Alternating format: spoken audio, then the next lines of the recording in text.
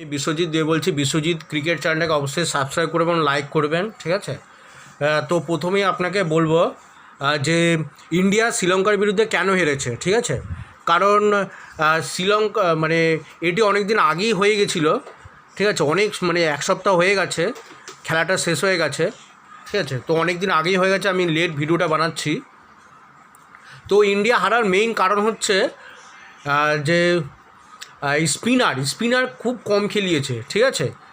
তো স্পিনার আরও বেশি করে খেলানো উচিত ছিল। আমাদের মানে আমাদের যে পেস বোলার, অতিরিক্ত পেস বোলার খেলিয়েছে, ঠিক আছে। এতগুলো পেস বোলার খেলানোর কোনো দরকার ছিল না। কীভাবে পেস বোলারগুলোই খালি মার খেয়েছে দেখবেন। আর্শদীপ সিং মার খেয়েছে, মোহাম্মদ সিরাজ মার খেয়েছে, ঠিক আছে। খালিল আহমেদ পর্যন্ত একটু খেলেছে, ঠিক আছে, তাও ও মার খেয়েছে, ঠিক আছে। ম্যাক্সিমাম হচ্ছে আমাদের পেস বলাররা প্রচুর পরিমাণে মার খেয়েছে। তো পেস বোলার এত খেলানো উচিত ছিল না, একটা পেস বোলারে খেলালেই যথেষ্ট ছিল, ঠিক আছে। জানি না ইন্ডিয়ার ম্যানেজমেন্ট কী দেখে মানে টিম সিলেকশান করে। আমার তো টিম সিলেকশানের মধ্যে অনেক দেখা যাচ্ছে, ঠিক আছে। তো পেস বোলার দরকার হচ্ছে বাইরের দেশের মাঠে, ঠিক আছে। অস্ট্রেলিয়া, নিউজিল্যান্ড, সাউথ আফ্রিকা, ঠিক আছে, অস্ট্রেলিয়া, তারপরে যে মানে যেখানে পিচে বাম্পস থাকবে, ঠিক আছে, বাম্পস, সেই সমস্ত পিচে দরকার আছে ফাস্ট বোলার, ঠিক আছে। 4টে ফাস্ট বোলারে মিনিমাম দরকার আছে, ঠিক আছে। তার মধ্যে একটা অলরাউন্ডার থাকা দরকার, ঠিক আছে। কিন্তু এই শ্রীলঙ্কার বিরুদ্ধে যে খেলা হয়েছে ওয়ানডে ম্যাচটায়, ঠিক আছে, ওয়ানডে ম্যাচে তো প্রথমেই তো বোঝা গিয়েছিল যে ওরা স্পিনিং ট্র্যাক করে দিয়েছে, ঠিক আছে। তারপরে কেন অতগুলো ফাস্ট বোলারকে কেন নিতে গেল বেকার, ঠিক আছে।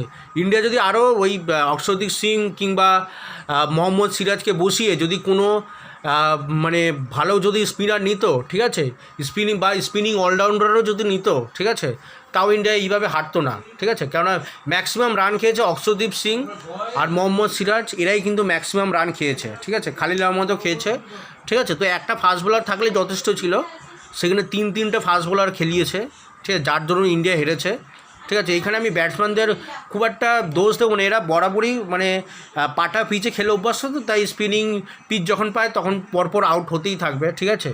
এটা ইন্ডিয়ার বরাবরই একটা রোগ থাকে, ঠিক আছে।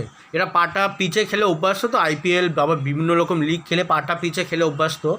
তো এই জন্য এরা মানে বাইরে যখন স্পিনিং ট্র্যাক পায় শেষ এরা, বা এরা যদি বিদেশের কোনো মাটি সেখানেও এরা ফাস্ট বোলিং যে সুইমিং কন্ডিশন যেখানে হয় সেখানেও এরা পরপর এইভাবে আউট হয়ে যাবে, ঠিক আছে। তো এই জন্য ইন্ডিয়া মানে প্রতিবার বাইরের দেশে ওয়ার্ল্ড কাপ খুব কম জিতেছে। ইন্ডিয়া যতই হই হল্লা করুক, ঠিক আছে, যে ওয়ার্ল্ড কাপ জিতেছে 2024 টি20, ঠিক আছে, কিন্তু এরপরে যে ওয়ার্ল্ড কাপ কবে আসবে তার ঠিক নেই, ঠিক আছে। এবার ওয়ার্ল্ড কাপটাই দুজনের জন্য এসেছিলো, রোহিত শর্মা আর বিরাট কোহলি, ঠিক আছে। এই মানে বিরাট কোহলি একদম লাস্ট ম্যাচে পারফর্ম করেছে, কিন্তু আর হচ্ছে হার্দিক পান্ডিয়া, ঠিক আছে। মেইন ফ্যাক্টর ছিল হার্দিক পান্ডিয়া, জসপ্রীত বুমরা, ঠিক আছে। আর রোহিত শর্মার অনেক বড় ভূমিকা ছিল এই ওয়ার্ল্ড কাপটা জেতার জন্য। তো এই প্লেয়ারগুলো প্রচুর জসপ্রীত বুমরার ভূমিকাটা সবচেয়ে বড় ছিল, হার্দিক পান্ডিয়া, তারপরে রোহিত শর্মা, এদের ভূমিকাটা সবচেয়ে বেশি ছিল এই ওয়ার্ল্ড কাপ জেতার জন্য। বাকি সবার কন্ট্রিবিউশন প্রায় না বললেই চলে, ঠিক আছে। বাকি প্লেয়ারগুলো খেলেছে কিন্তু এদের কন্ট্রিবিউশন বেশি ছিল, ঠিক আছে। জসপ্রীত বুমরা, তারপরে হার্দিক পান্ডিয়া, তারপরে রোহিত শর্মা, এই তিনজনের মানে এটা বেশি ছিল, পারফরমেন্সটা সবচেয়ে ভালো ছিল, ঠিক আছে। তো তো তো আমি এটা প্রথমে বলতে চাইবো যে এক সপ্তাহ আগে যে ইন্ডিয়া হেরেছে শ্রীলঙ্কার কাছে, তার মেইন কারণটা হচ্ছে যে স্পিনার কম খেলানো, ফাস্ট বোলার বেশি পরিমাণে খেলা। কারণ প্রথম ওডিআই ম্যাচটাতে দেখে নেওয়া উচিত ছিল যে স্পিনিং ট্র্যাক ছিল পুরোপুরি, ঠিক আছে, সেইখানেই দেখে নেওয়া উচিত ছিল। আর সেখানে ওই সময় মানে শ্রীলঙ্কার মতো জায়গায় এই স্পিনিং অলরাউন্ডারের খুব দরকার, যেরকম মতো প্লেয়ার, যেরকম অক্ষর প্যাটেলের মতো প্লেয়ার, তারপরে রবীন্দ্র জাদেজাকে ওখানে দরকার ছিল, ঠিক আছে। জাদেজাকে ওখানে মাস দরকার ছিল, ঠিক আছে, কিন্তু জাদেজাতে বয়স হয়ে গেছে।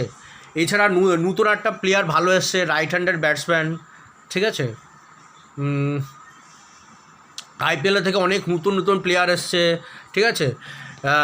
একটা প্লেয়ার এসছে শর্মা, ঠিক আছে, অভিষেক শর্মা বলে একটা প্লেয়ার এসছে।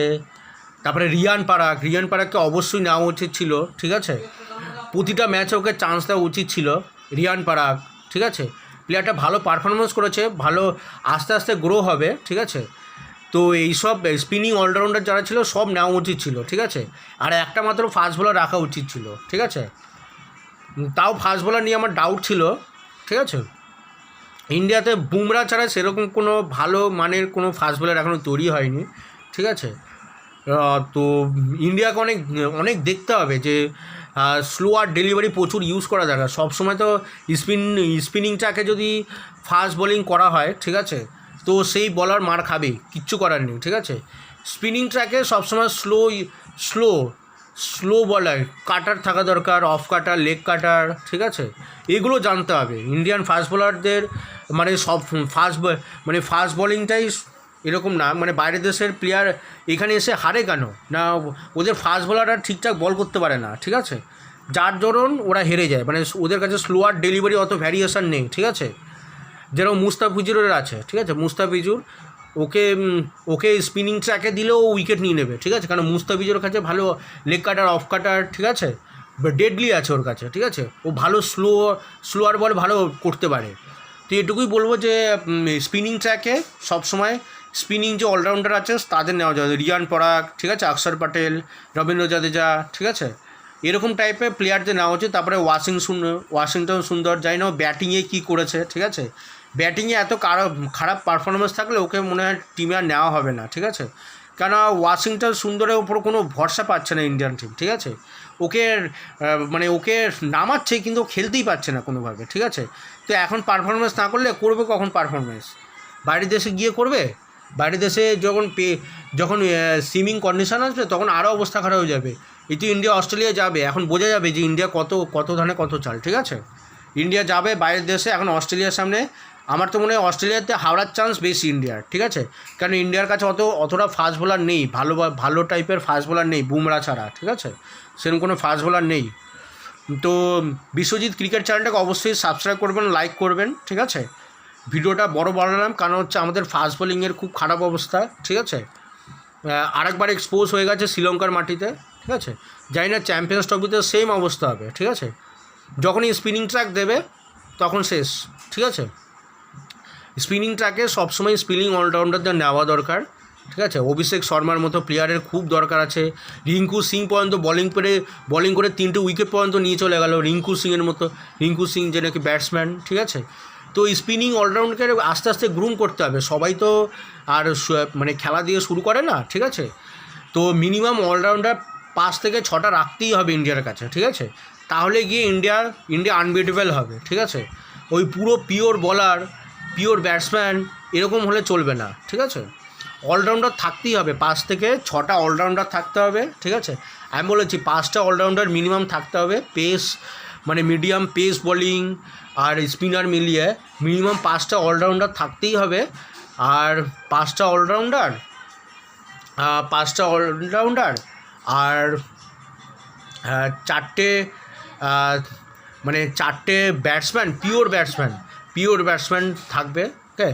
তার মধ্যে 5টা অলরাউন্ডার থাকবে আর 4টে পুরো পিওর ব্যাটসম্যান থাকবে, ঠিক আছে, 4টে একদম পিওর ব্যাটসম্যান হতেই হবে, 4টে একদম পিওর ব্যাটসম্যান থাকতেই হবে, আর 5টা অলরাউন্ডার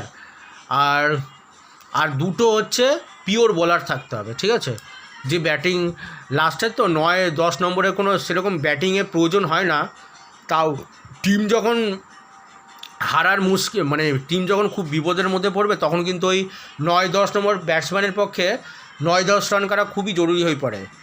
তো 2টো পিওর বলার থাকা দরকার, আর বাকি 5টা অলরাউন্ডার মিনিমাম থাকা দরকার ইন্ডিয়ান টিমে, ঠিক আছে, যেখানে এই স্পিনিং অলরাউন্ডার 3টে আর 2টো ফাস্ট বোলিং অলরাউন্ডার থাকাই দরকার, ঠিক আছে, 3টেই স্পিনিং অলরাউন্ডার থাকা দরকার, ঠিক আছে। নাহলে যে কোনো পরিস্থিতিতে, ঠিক আছে, বাইরের দেশে যদি যায়, ঠিক আছে, তাহলে বাইরের দেশে গেলে 2টো স্পিনিং অলরাউন্ডার আর 3টে ফাস্ট বোলিং অলরাউন্ডার কন্ডিশন থাকা দরকার, ঠিক আছে, এরকম। তো বাইরের দেশে তো ফাস্ট বোলারের খুব দরকার হয়, তখন সেই অনুযায়ী টিম চেঞ্জ করতে পারে, ঠিক আছে, কিন্তু 5টা অলরাউন্ডারের খুব দরকার। নাহলে ইন্ডিয়ান টিম যে এই যে 2007-এর পর দিয়ে যে এই যে 2015 বছরের যে গ্যাপ, মানে 2007-এর পর থেকে 2024-এ যে জিতেছে, এরকম আর পরবর্তী সময় এরকমই হবে অলরাউন্ডার যদি না থাকে ইন্ডিয়ার কাছে, ঠিক আছে? ইন্ডিয়ার কাছে যদি প্রপার অলরাউন্ডার না থাকে এরকমই অবস্থা হবে, এতদিন পর পর জিতবে, ঠিক আছে? কারণ অস্ট্রেলিয়ার কাছে অলরাউন্ডার ভর্তি, ঠিক আছে? ওদের বলার ফাস্ট বলার পর্যন্ত ওদের ব্যাট করতে পারে, ঠিক আছে? অস্ট্রেলিয়ার এই একটা ডিফারেন্স আছে, ঠিক আছে? ওদের পুরো পিওর ব্যাটসম্যান থাকে, বাকি ওদের সব অলরাউন্ডার থাকে, ঠিক আছে? আর ওদের অলরাউন্ডার বলার পর্যন্ত ওদের ব্যাট করতে পারে, এটা হচ্ছে ওদের একটা অ্যাডভান্টেজ, ঠিক আছে? যার জন্য ওরা প্রতিটা মানে যতই 8 উইকেট 9 উইকেট যতই পড়ুক না কেন, ওরা কিন্তু ম্যাচ থেকে কখনো দূরে থাকে না, ঠিক আছে? আর ওয়েস্ট ইন্ডিজেরও কিন্তু, ইন্ডিয়া যতগুলো ওয়ার্ল্ড কাপ পেয়েছে T20, ওয়েস্ট ইন্ডিজ কিন্তু সেম, ওয়েস্ট ইন্ডিজেরও কিন্তু 2টো ওয়ার্ল্ড কাপ পেয়ে গেছে ওরা, ঠিক আছে? তো এটাই বলবো যে ইন্ডিয়ারও অলরাউন্ডারের প্রচুর দরকার, ঠিক আছে? পিওর বলার বা পিওর ব্যাটসম্যান আজকালকার যা হচ্ছে, মানে আজকালকার আধুনিক যুগে ক্রিকেটে কিন্তু না, ওরা খুব একটা চলবে না, ঠিক আছে? তাও ইন্ডিয়া যদি সিকিওর করতে চায় ইন্ডিয়া পিওর ব্যাটসম্যান। আগে আমি যখন ছোটোবেলায় খেলা দেখতাম তখন এই পিওর ব্যাটসম্যান দেখে ভাবতাম যে কত কী না করবে, ঠিক আছে? তারপরে যখনই দেখতাম বাইরের দেশের মাটিতে গেছে, ফাস্ট বোলিংয়ের বিরুদ্ধে সব পরপর আউট হয়ে যাচ্ছে, ঠিক আছে?